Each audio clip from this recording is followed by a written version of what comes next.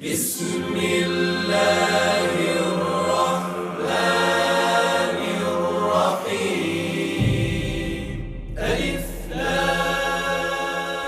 লাম র, এগুলো হচ্ছে একটি সুস্পষ্ট গ্রন্থের আয়াত। নিঃসন্দেহে আমি একে আরবি কোরআন হিসেবে নাজিল করেছি যেন তোমরা তা অনুধাবন করতে পারো। হে নবী, আমি তোমাকে এ কোরআনের মাধ্যমে একটি সুন্দর কাহিনী শোনাতে যাচ্ছি যা আমি তোমার কাছে ওহী হিসেবে পাঠিয়েছি, অথচ তার আগ পর্যন্ত তুমি এ কাহিনী সম্পর্কে ছিলে সম্পূর্ণ বেখবর লোকদেরই একজন। এটা হচ্ছে সে সময়ের কথা যখন ইউসুফ তার পিতাকে বলল, হে আমার পিতা, আমি স্বপ্নে দেখেছি 11টা তারা, চাঁদ ও সূরজকে আমি এদের আমার প্রতি সাজদাবনত অবস্থায় দেখেছি। একথা শুনে তার পিতা বলল, হে আমার স্নেহের পুত্র, তুমি তোমার এই স্বপ্নের কথা কিন্তু তোমার ভাইদের কাছে বলে দিও না। তারা তোমার বিরুদ্ধে ষড়যন্ত্র আঁটতে শুরু করবে, কেননা শয়তান মানুষের খোলাখুলি দুশমন।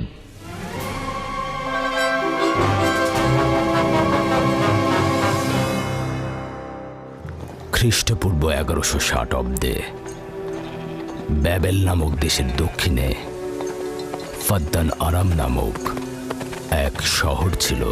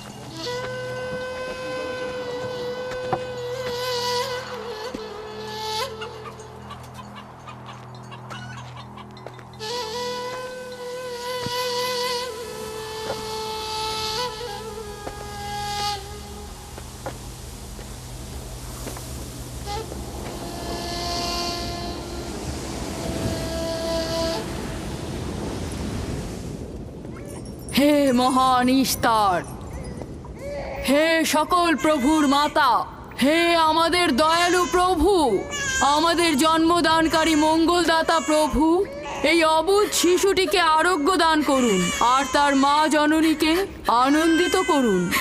এই অবুঝ শিশুর মাতা প্রতিজ্ঞা করেছে প্রভু, তোমার দরবারে সে মূল্যবান হাদিয়া প্রদান করবে।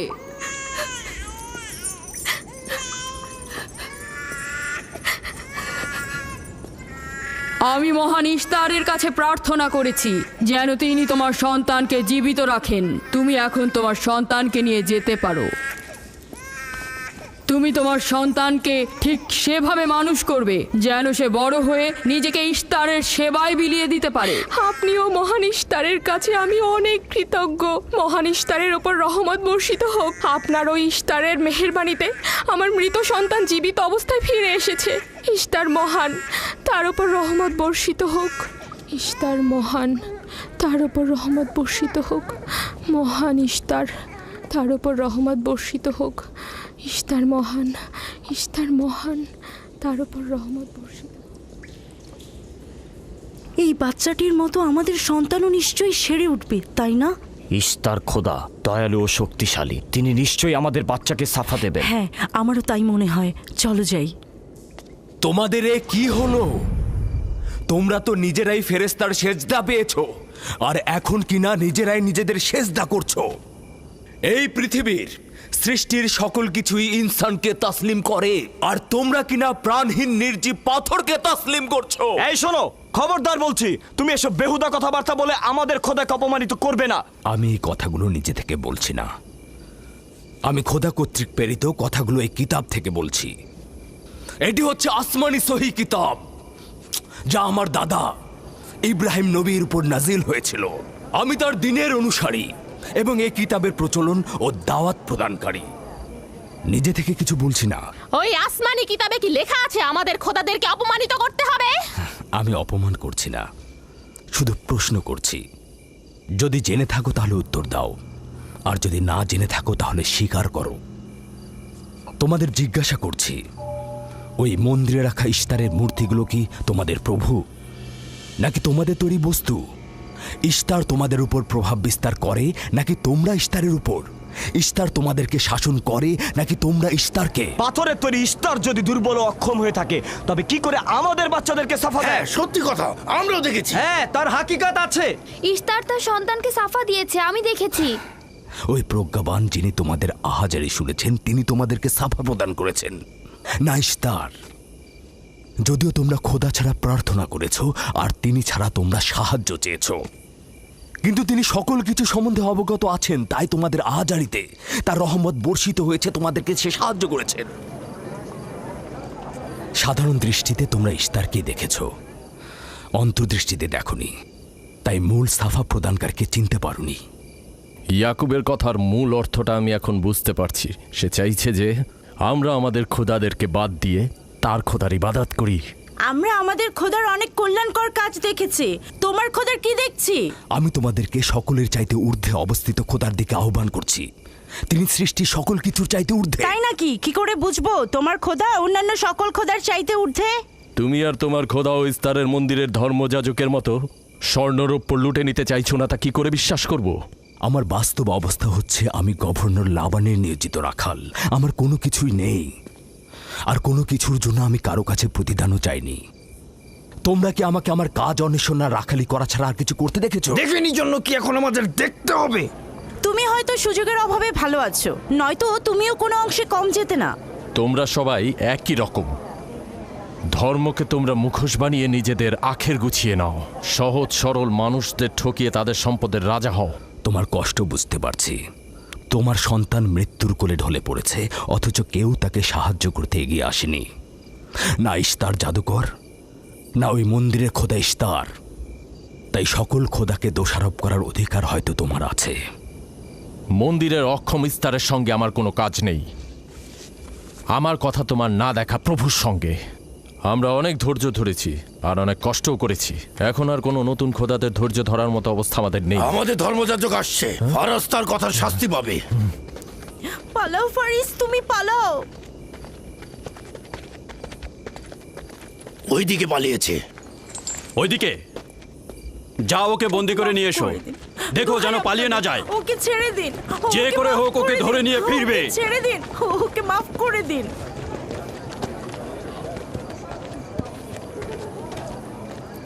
যদি শুধুমাত্র গভর্নরের জামাতা না হতে, তাহলে আমি জানি তোমাকে কিভাবে শায়েস্তা করতে হয়। মন্দিরের কোনো প্রতিনিধির সাথে আমার কোনো কাজ নেই। তোমরা সবাই চলে যাও। ইয়াকুবের কুফরি কথায় তোমরা কেউ কান দেবে না, আর কেউ বিশ্বাস করবে না। তোমরা কি কেউ দেখছো না? হ্যাঁ, এই ইয়াকুব তার কুফরি কথাবার্তার কারণে ফাদ্দানে দুর্ভিক্ষ নিয়ে আসছে। আমাদের ধর্মযাজক ঠিক কথাটাই বলেছেন। ইশতারের অভিশাপে বালা মুসিবত আসার পূর্বেই চলো চলো আমরা এখান থেকে চলে যাই।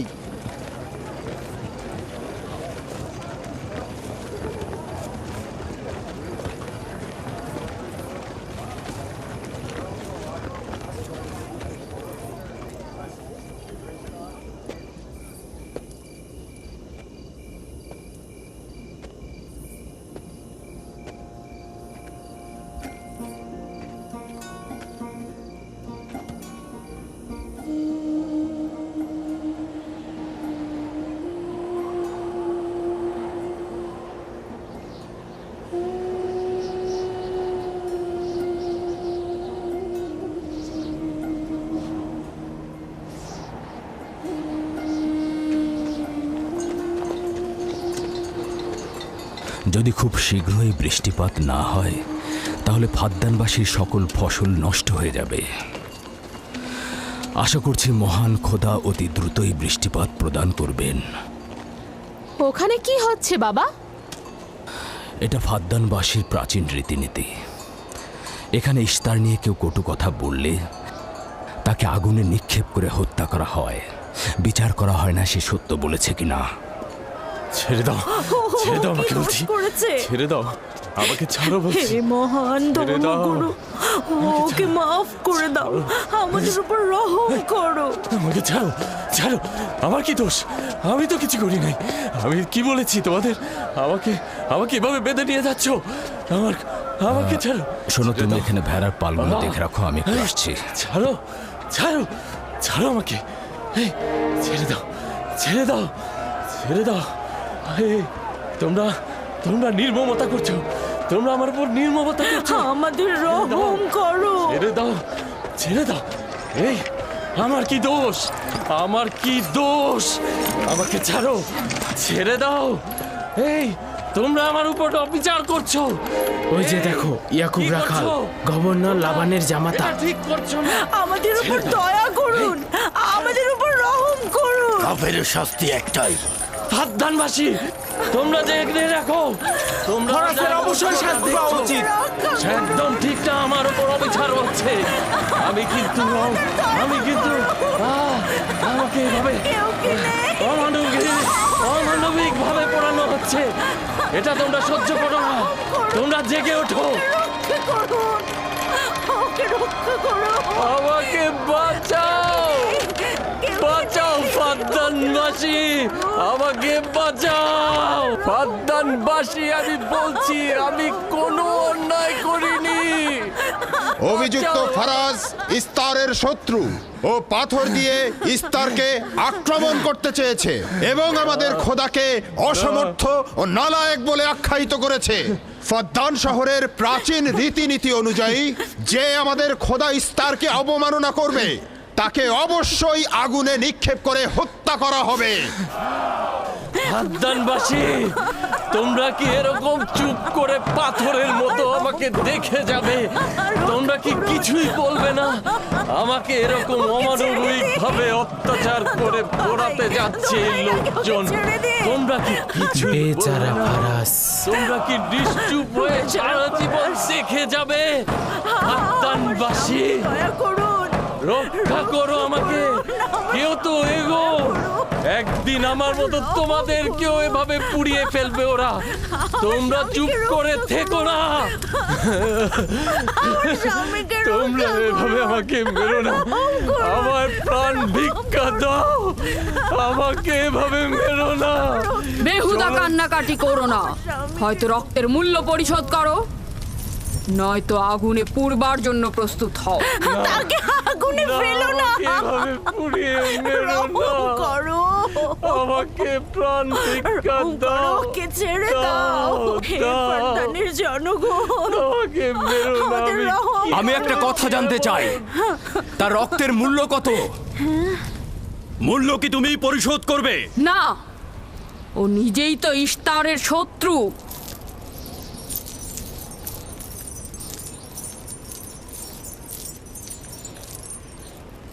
তুমি নিজেই তো ইস্তারের শত্রু, প্রথমে তোমার নিজের রক্তের মূল্য পরিশোধ করো। তাহলে আমাকে বন্দি করছো না কেন? বন্দি করো। অগ্নিপিণ্ডের মধ্যে নিক্ষিপ্ত হওয়া তো আমাদের বংশের প্রাচীন ঐতিহ্য। আমার দাদা ইব্রাহিম, উনিও তো একবার নমরুদের আদেশে অগ্নিপিণ্ডের মধ্যে নিক্ষিপ্ত হয়েছিলেন। এখন পর্যন্ত তুমি যে গ্রেপ্তার হওনি তার কারণ তুমি হচ্ছ গভর্নরের ভাগিনা। তার অর্থ দাঁড়াচ্ছে এই যে আমার মামা গভর্নর লাবান ইস্তারের খোদাকে অবমাননা করতে পারে কোনো শাস্তি ছাড়াই। ওকে গ্রেপ্তার করো আর ওর দাদার মতো ওকেও আগুনে নিক্ষেপ করো।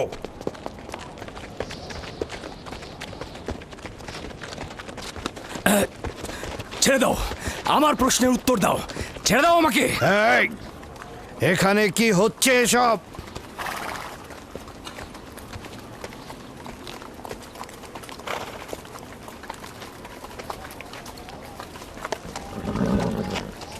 ওকে ছেড়ে দাও আর অভিযুক্তকারীকেও মুক্ত করো। ফারাসের অবশ্যই শাস্তি পাওয়া উচিত। যখন ইয়াকুব জীবনের মূল্য পরিশোধ করতে চায় তখন তোমাদের কোনো অধিকার নেই ওকে শাস্তি দেবার।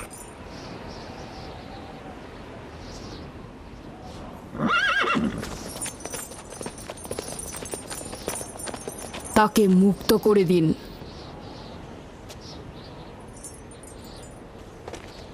ইয়াকুব, তুমি অবশ্যই ফারাসের জীবনের মূল্য স্বরূপ 500 দিনার পরিশোধ করবে। হ্যাঁ, কোনো সমস্যা নেই, আমি এই অর্থ পরিশোধ করব।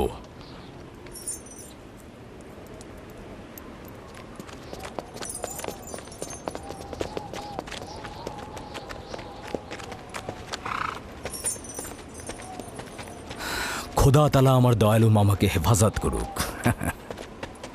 ইয়াকুব, আমি তোমাকে কতক্ষণ এরকম বিপদ থেকে বাঁচাতে চোখে চোখে রাখবো?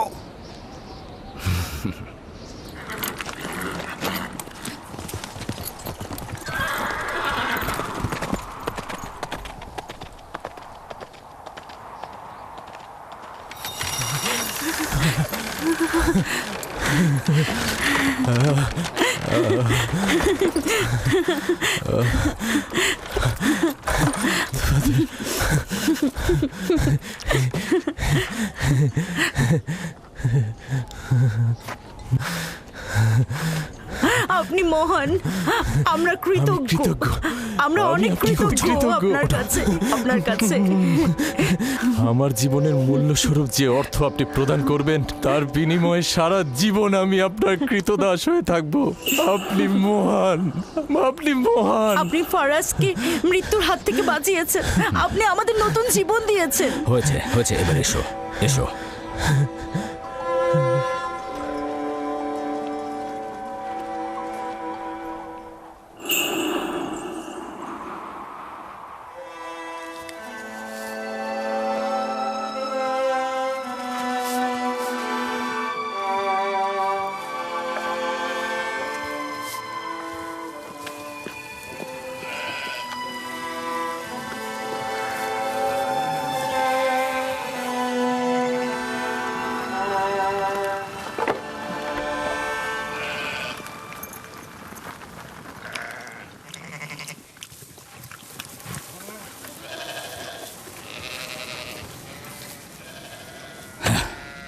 লোকটি আসলেই খুব ভালো, আসার পর থেকে শুধু কাজই করে যাচ্ছে।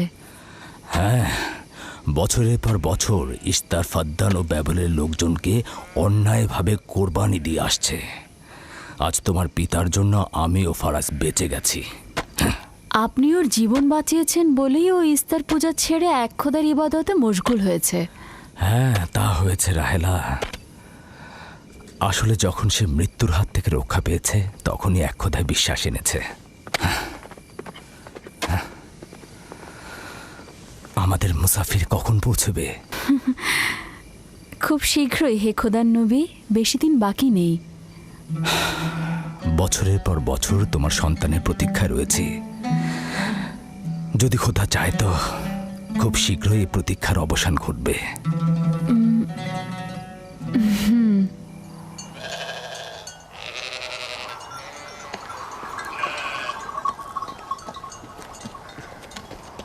ইস্তেকদার, তোমার ও তোমার পরিবারকে সালাম। তোমার উপরও দরুদ বর্ষিত হোক ইয়াকুব রাখাল। হ্যাঁ, কৃতজ্ঞতা জ্ঞাপন করছি। মন্দিরে ইস্তারের জন্য খোরমা হাদিয়ে নিয়ে যাচ্ছ? প্রভুদেরকে তো অবশ্যই খুশি করতে হবে, তা না হলে তো এবছর বৃষ্টিপাত হবে না, তাই না? আমার কিন্তু মনে হয় মন্দিরের ইস্তারে চাইতে তোমাদের বেশি দরকার ওই খোরমা। তোমার কাজ হচ্ছে আমাদের খোদাকে অপমানিত করে আমাদেরকে রাগান্বিত করা, তাই তো? তোমরা কি নিশ্চিত যে ইস্তারের মন্দিরের ওই পাথরের মূর্তিগুলো সত্যিকার অর্থে বৃষ্টি বর্ষিত করতে পারবে? তোমার এসব কুফুরি কথাবার্তার কারণেই আমাদের মন্দিরের খোদা নাখোশ হয়েছে, আর এই কারণেই ফাদ্দানের আকাশে আজ মেঘ নেই। এই ইয়াকুব, ইস্তারের অবমাননা থেকে তুমি নিজেকে রক্ষা করো। চলে এসো, চলে এসো।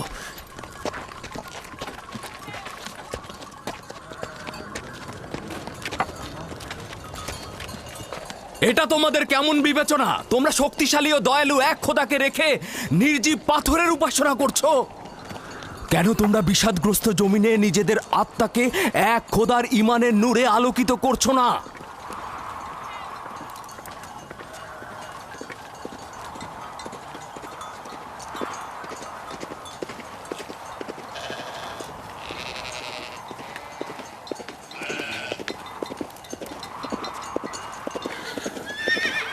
হে মহান ইস্তার ইলাহি, তোমার ফলপ্রসূ এই মন্দিরখানা তোমার শত্রুদের রক্ত দ্বারা পবিত্র করব। শুষ্ক মৌসুমকে এই অঞ্চল থেকে দূর করে দাও, তোমার রহমতের বৃষ্টি বর্ষণ করো। হে মহান ইস্তার ইলাহি, তোমার এই ফলপ্রসূ মন্দিরকে তোমার শত্রুদের রক্ত দ্বারা পবিত্র করব। হে মহান ইস্তার ইলাহি, এই অঞ্চলের শুষ্ক মৌসুমকে তুমি দূর করে আলী দাও। জনাব। তোমার রহমতের বৃষ্টি বর্ষণ করো। হে ইয়াকুব আবারও মহান মন্দিরের ইস্তার বিপক্ষে ইলাহি, দাঁড়িয়েছে। আমাদের খোদাকে তোমার অবজ্ঞা করেছে। রহমতের বৃষ্টি বর্ষণ করো। হে ইশতেকদারের সাথে মন্দিরে ঢোকার সময় কথা বলেছে। তোমার আমিও দূর রহমতের থেকে দেখেছি। বৃষ্টি বর্ষণ করো। হে মহান ইস্তার ইলাহি, তোমার ইয়াকুব হাত গুটিয়ে বসে থাকবে না। ধ্বংস করো, তোমার দুশমনদের ধ্বংস করো, আর ফারদানের জনগণের উপর রহমতের বৃষ্টি বর্ষণ করো।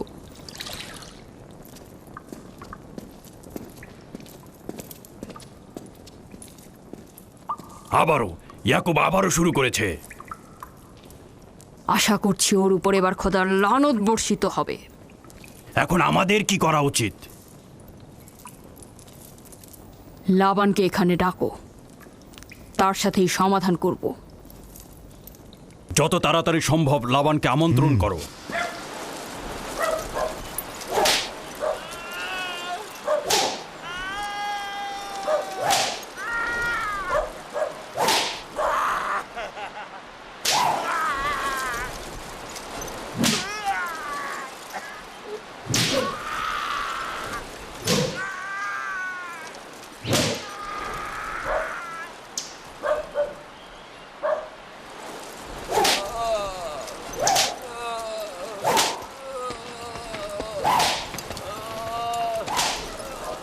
জনাবে আলী, ইস্তার মন্দিরের মহান ধর্মগুরু আপনাকে সাক্ষাতের জন্য আমন্ত্রণ জানিয়েছেন।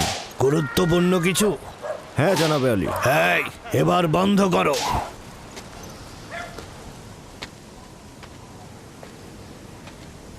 তুমি যদি আবারও চুরি করেছো, তাহলে তোর আর আঘাতে আর জীবিত ফিরবে না। আমি কথা দিচ্ছি এমন ভুল আর কখনো হবে না। ছেড়ে দাও একে। এসো।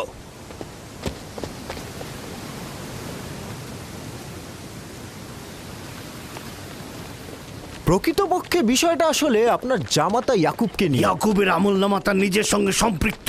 আমি উত্তরদাতা নই। না, ঠিক আছে, কিন্তু ইয়াকুব তো ইস্তারকে অবজ্ঞা করে। এটা ধর্মগুরুদের কর্তব্য তার প্রশ্নের উত্তর দেওয়া।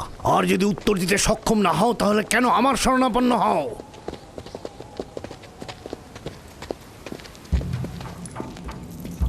খোদার চাইতেও বড় খোদা মহান ইস্তার রাগান্বিত হয়েছেন।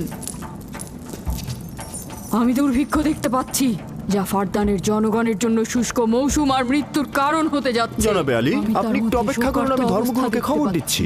মহান ইস্তারকে সে রাগান্বিত করেছে। এ অপমান ইস্তার সহ্য করতে পারছেন না। কেউ একজন ইস্তারকে খেপিয়ে তুলেছে। যে মহান খোদাকে অপমান করেছে, সে দ্রুতই শাস্তি পাবে। মহান ইস্তার তার বলি যাচ্ছেন। আমি ফারদানের শান্তি আর নিরাপত্তায় নিয়োজিত। আমার ভাগিনার কার্যাবলী দেখার জন্য নয়। তুমি অবশ্যই তাকে শান্ত করবে। অবমাননা করে? অবশ্যই করে। আমার মনে হয় আব্বা আপনি ভুল করছেন। সে অবমাননা করছে না, সত্য প্রচার করছে। আমার সন্তান বনি ইসরায়েলেরা কেন ক্ষমতা ও পেশি শক্তিকে মূল দণ্ড হিসেবে মনে করছে? আমি তো তাদেরকে পেশি শক্তি বা জোর করে চাপিয়ে দেওয়া কোনো কিছু শিক্ষা দেইনি। চিন্তা করো না, সব ঠিক হয়ে যাবে। খোদা মহান।